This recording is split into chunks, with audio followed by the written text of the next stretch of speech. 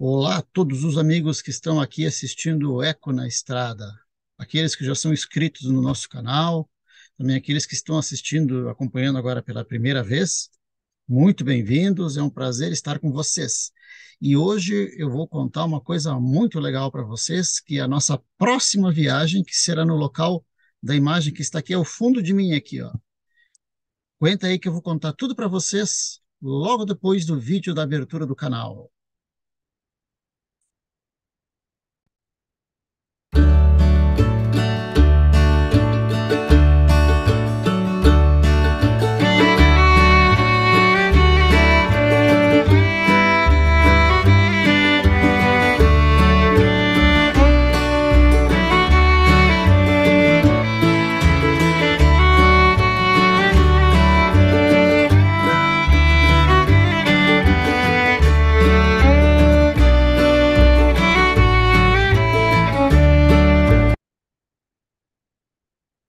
Muito bem, gente. Então, a nossa próxima viagem, que começará nos próximos dias, será para este local que está aqui atrás de mim, nessa imagem. E afinal, que lugar é esse? Essas ruínas aí, né? O que elas representam? Então, gente, o que acontece é que essas ruínas atrás de mim representam os sete povos das missões, que ficam aqui no Rio Grande do Sul. E essa rota que percorre todos estes sete povos se chama Rota das Missões.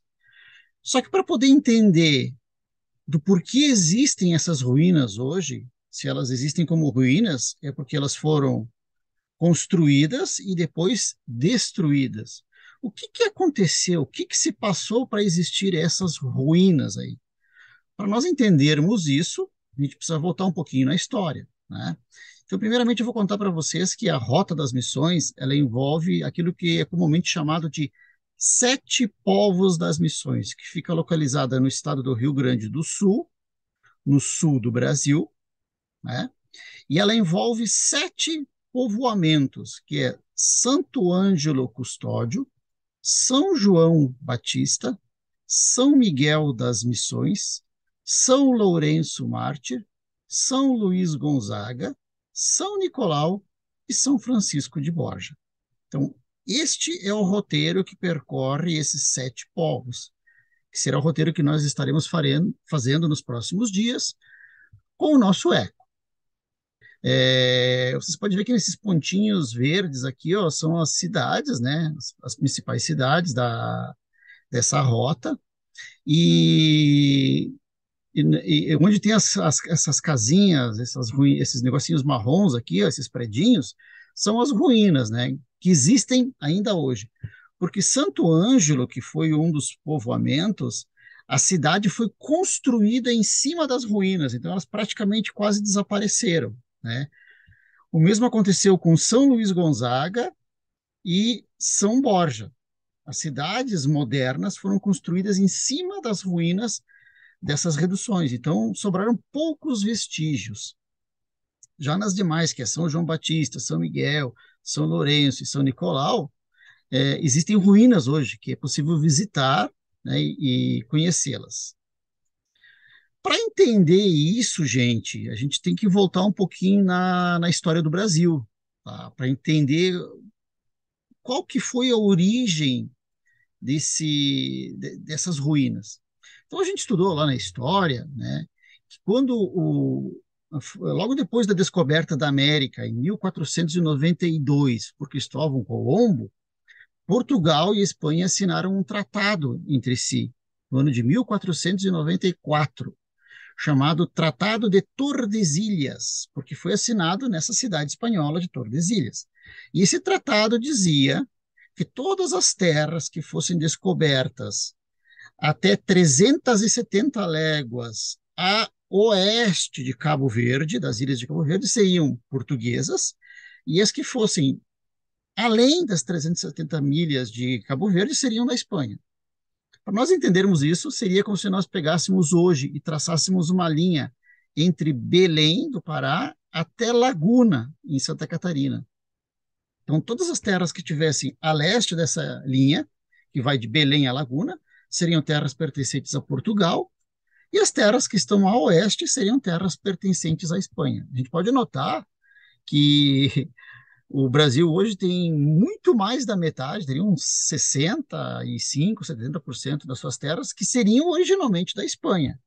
Como é que aconteceu tudo isso? Por que que Portugal acabou tendo mais território do que aquele que era designado pelo Tratado de Tordesilhas, né? Então, vamos lá, vamos entender o que que aconteceu para isso suceder. Entre 1580 e 1640, Portugal e Espanha viraram um único reino. Foi a época chamada de União Ibérica. Por que aconteceu isso? Porque o rei de Portugal, que foi lutar lá na África contra os muçulmanos, ele acabou falecendo na batalha e não tinha descendentes. E o parente mais próximo dele, que eu não me lembro agora se era primo ou o que que era o rei da Espanha, o rei Filipe II.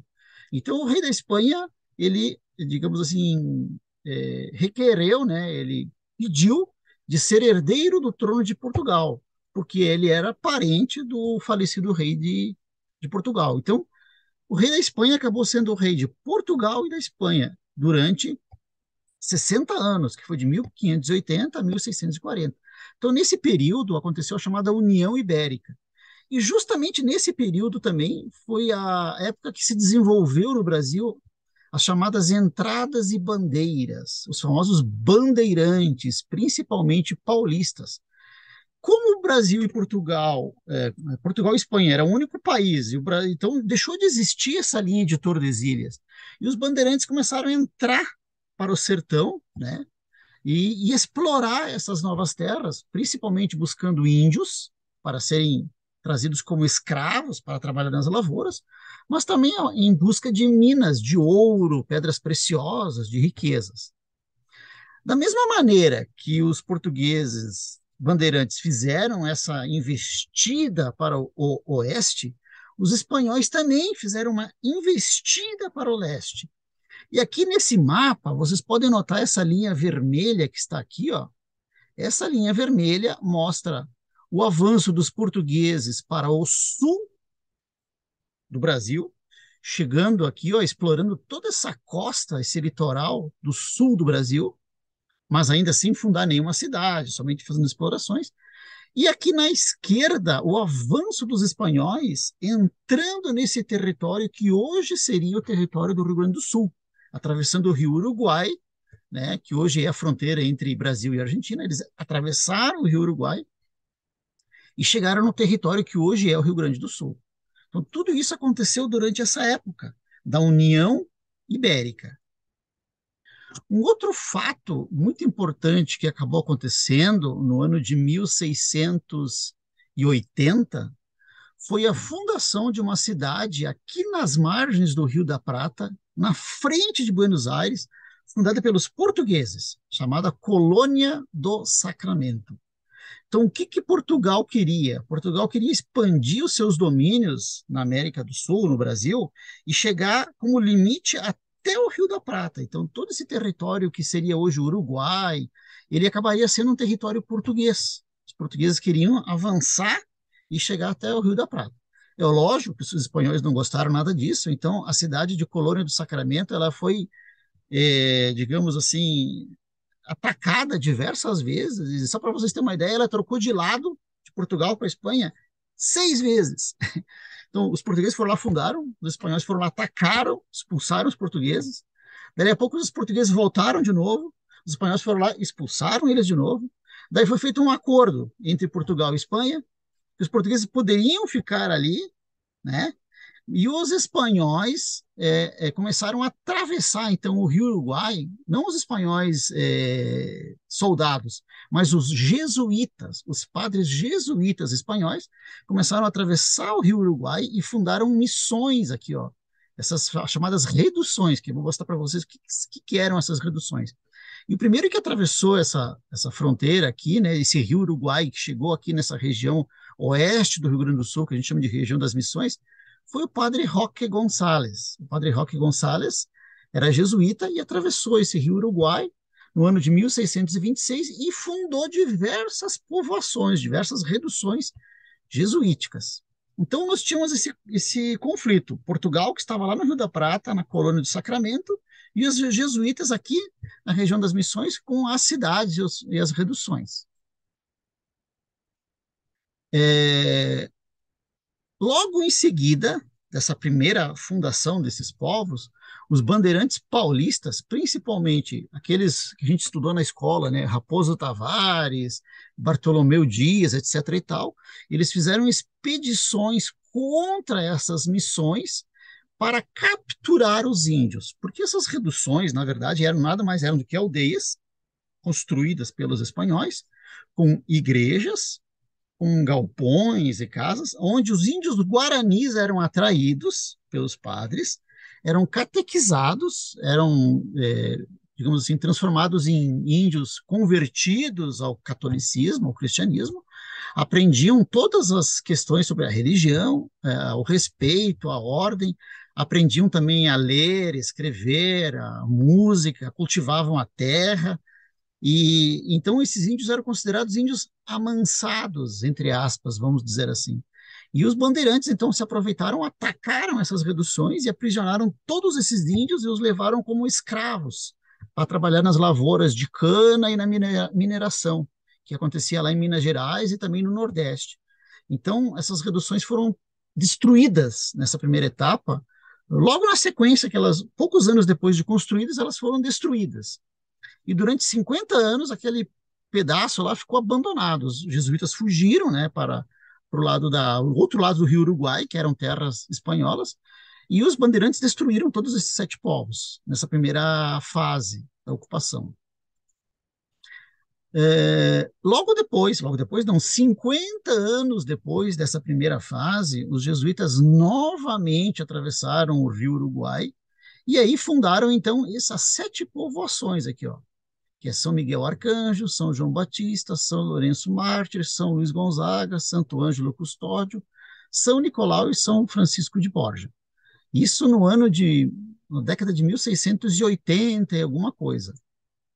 E essas reduções, elas estão aqui mostradas aqui na imagem, então elas consistiam de uma igreja construída, eles, inclusive, quem fabricavam os tijolos, pessoal, eram os próprios índios guaranis.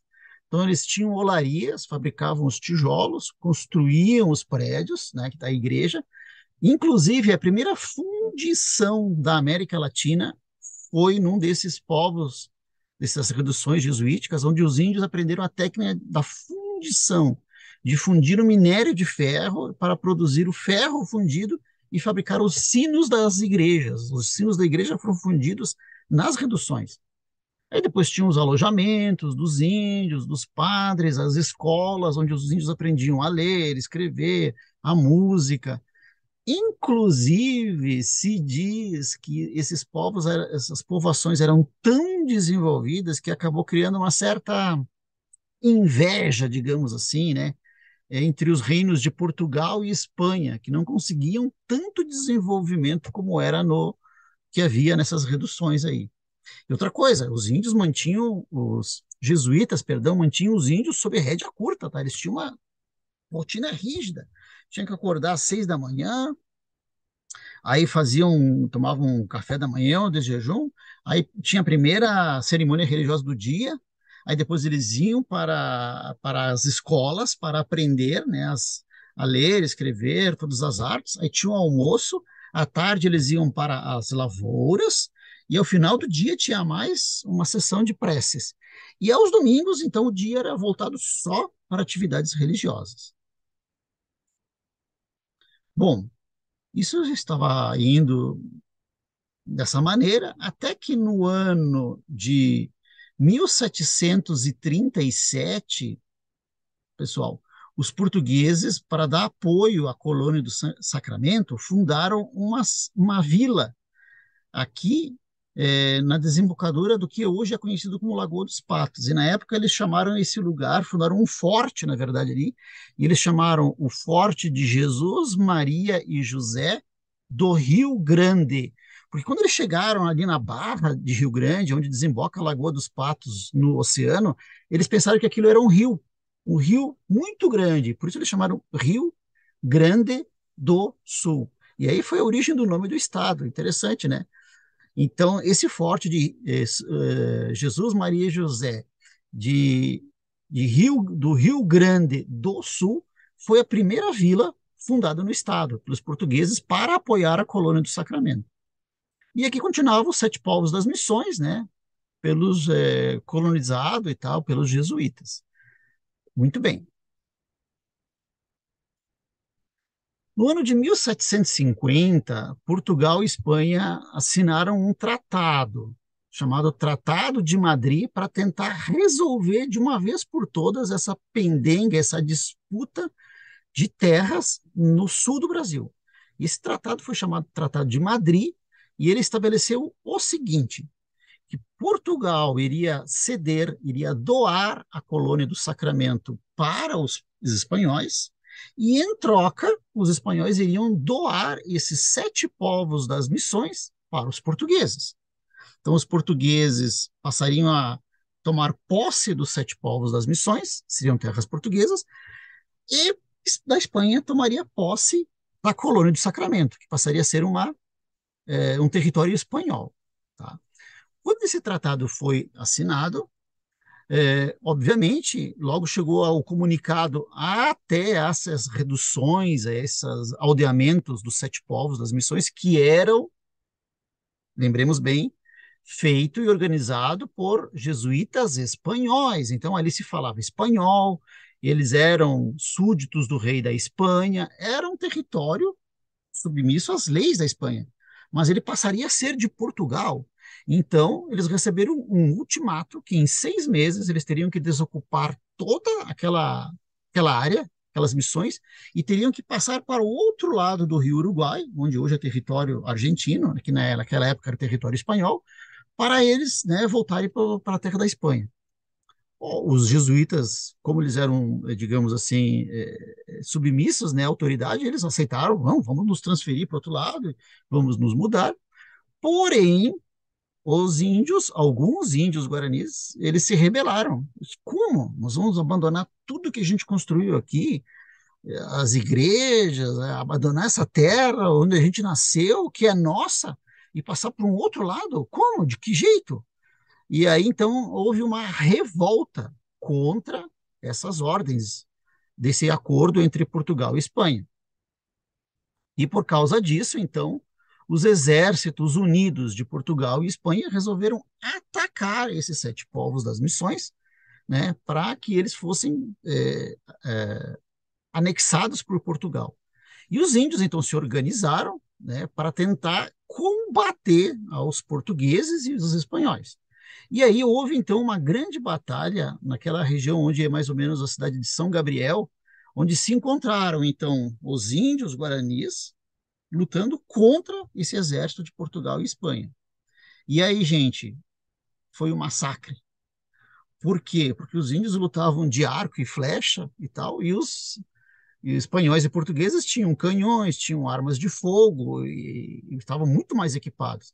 Então, nessa batalha de Caiboaté, para vocês terem uma ideia, morreram 1.500 índios, foram mortos, e apenas 4 soldados dessa aliança de portugueses e espanhóis morreram. Então, foi um massacre.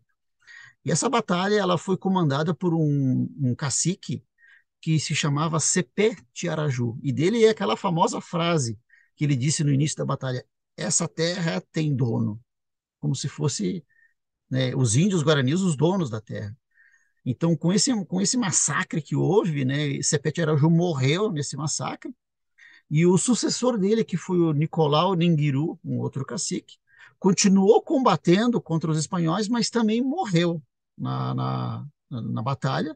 E logo na sequência, os espanhóis e portugueses chegaram até os sete povos das missões, e lá eles colocaram fogo em tudo, incendiaram e destruíram, arruinaram aquelas reduções que havia, aqueles prédios todos, né? Os índios que conseguiram escapar, sobreviventes, eles se dispersaram pelo meio do mato, tal, voltaram à sua vida nômade que era, né? E aquela região lá ficou abandonada. Vocês vão dizer assim, mas o que Portugal e Espanha ganharia com isso, né? Fazer isso aí. Na verdade, pessoal, a ideia de Portugal era ocupar essa região dos Sete Povos com casais portugueses que viriam da ilha dos Açores. Então, viriam casais açorianos das ilhas dos Açores que pertencia a Portugal, e eles ocupariam essa região e a colonizariam, tomando posse efetivamente para Portugal. Muito bem, quando esses portugueses, açorianos, chegaram ao Brasil, eles entraram aqui de navio por Rio Grande e vieram até aqui, mais ou menos, onde hoje é o Lago Guaíba. E aí eles desceram e ficaram aguardando o desenrolar da guerra, porque estourou a guerra guaranítica, né, entre os guaranis e os portugueses e espanhóis, e eles ficaram ali aguardando. Então, nesse lugar onde eles desceram e se fixaram temporariamente, eles chamaram esse local de Porto dos Casais, porque eram casais açorianos que estavam ali aguardando irem para os Sete Povos das Missões. Então, esse Porto dos Casais foi fundado no ano de 1752 por esses casais açorianos. Só que o tempo foi passando, e eles acabaram gostando do lugar onde eles estavam, e eles disseram: para que nós vamos abandonar aqui e ir lá para aquela longura, longe de tudo, no meio do nada, né, tomar posse? Nós queremos ficar aqui onde a gente estava. E o governo português acabou aceitando, né, que os casais açorianos ficassem onde eles desembarcaram, e por causa disso eles ficaram tão contentes que trocaram o nome da vila de Porto dos Casais para Porto Alegre dos Casais, porque eles puderam ficar ali. Que depois abandonou o nome Casais e virou a cidade de Porto Alegre, que é a capital do estado do Rio Grande do Sul hoje. Então, essa foi a origem da colonização, né, de Porto Alegre, da fundação dela, por causa desses casais que iriam lá para aquelas ruínas. Por isso que essas ruínas ficaram abandonadas. E aí, posteriormente, né, muitos anos depois, vieram outros imigrantes, alemães, italianos, poloneses, de outras etnias, que acabaram colonizando aquela região e fundaram daí as suas vilas nos locais ou próximos daquelas ruínas, ou em alguns casos, como Santo Ângelo, sobre essas ruínas. Né? Então, por isso que existem até hoje essas ruínas lá na região das Missões. Obviamente que a coisa não ficou só nisso, né? Ainda houve muita disputa entre Portugal e Espanha. A Espanha acabou não aceitando muito bem esses acordos, e aí acabou, por exemplo, invadindo a vila de Rio Grande e anexando a vila invadiu o Rio Grande no ano de 1776. Espanha invadiu a vila de Rio Grande e tomou para si. Aí houve combates, inclusive a capital do Rio Grande do Sul, na época da capitania de São Pedro do Rio Grande do Sul, era a vila de Rio Grande. Como os espanhóis tomaram a vila de Rio Grande, a capital teve que ser transferida para a cidade de Viamão. Mas como Porto Alegre, o Porto dos Casais, mudou de nome para Porto Alegre dos Casais e era muito mais desenvolvida do que a vila de Viamão, a capital acabou sendo transferida para Porto Alegre, que é até hoje a capital do estado do Rio Grande do Sul. Bom, então, como os espanhóis tinham invadido o Rio Grande e Portugal e Espanha resolveram fazer um acordo, assinaram um último tratado, que foi o chamado Tratado de Santo Ildefonso, em 1777. E nesse Tratado de Santo Ildefonso, praticamente foram estabelecidas as fronteiras que hoje existem. Ou seja, Portugal continuou sendo dona dos Sete Povos das Missões, e Espanha continuou sendo dona da colônia do Sacramento, e por aí se terminou as disputas grandes, né? Depois teve um outro tratado de Badajoz, em 1801, para acertar mais alguns pequenos detalhes, né? Mas basicamente foi isso que aconteceu. Tá? E, então, esse será o roteiro que nós visitaremos. Nós visitaremos cada um desses sete povos. Vamos fazer imagens para vocês, vídeos mostrando as ruínas, mostrando os locais onde eles eram. E quando vocês puderem assistir esses vídeos, vocês terão uma noção da história de por que esses aldeamentos foram construídos e por que eles foram destruídos. Segundo alguns historiadores, na época áurea, a época áurea dos Sete Povos das Missões, que foi justamente quando foi assinado o Tratado de Madrid em 1750, essa região toda porque na verdade originalmente eram 30 povos. Eram 7 povos no Rio Grande do Sul, 13 povoamentos na Argentina e 7 no Paraguai. Formavam 30. Porém, o que estava em disputa eram os 7 que estavam onde hoje é o Rio Grande do Sul, que na época pertencia à Espanha. Se diz que na época áurea, os 7 povos das missões chegou a comportar, no total, 30 mil índios aldeados nessas reduções. E aí existem muitos debates também, né? Se os índios realmente eles não eram, não trocaram só de senhor de escravos, né? Se em vez de eles serem escravos dos portugueses e dos bandeirantes, se eles não eram escravos dos jesuítas, se os jesuítas também não dominavam eles, faziam eles trabalhar a seu bel prazer. Tudo são discussões que não se sabe. O que se sabe realmente é o que a história registra. E existem também muitas lendas, né? Uma das lendas que existe até hoje no Rio Grande do Sul é quanto aos tesouros dos jesuítas, porque eles dizem que os jesuítas tinham muitos tesouros, né? Descobertos por eles, ouro, pedras preciosas e tal, prata. E quando eles tiveram que abandonar os 7 povos e passar para o lado espanhol, eles não tinham como levar esses tesouros. E diz que muitos desses tesouros foram enterrados pelo caminho, em locais que ninguém sabe. Então, até hoje, tem gente que sai aí nos campos aí a cata desses tesouros enterrados para ver se descobre alguma joia, alguma coisa deixada por esses jesuítas. Mas também nada disso tem evidência histórica, é muito mais folclore e lenda também. Ok, gente? Então, se vocês gostaram desse vídeo de explicação histórica, vocês deixem o like de vocês aí, né? Quem não está inscrito, se inscreve no canal e vai acompanhando nós, que em breve, nos próximos dias, teremos vídeos contando para vocês, passo a passo, de toda essa aventura, conhecendo essa região tão interessante e tão pouco conhecida da nossa história do Brasil e do Rio Grande do Sul. Um grande abraço a todos e até breve.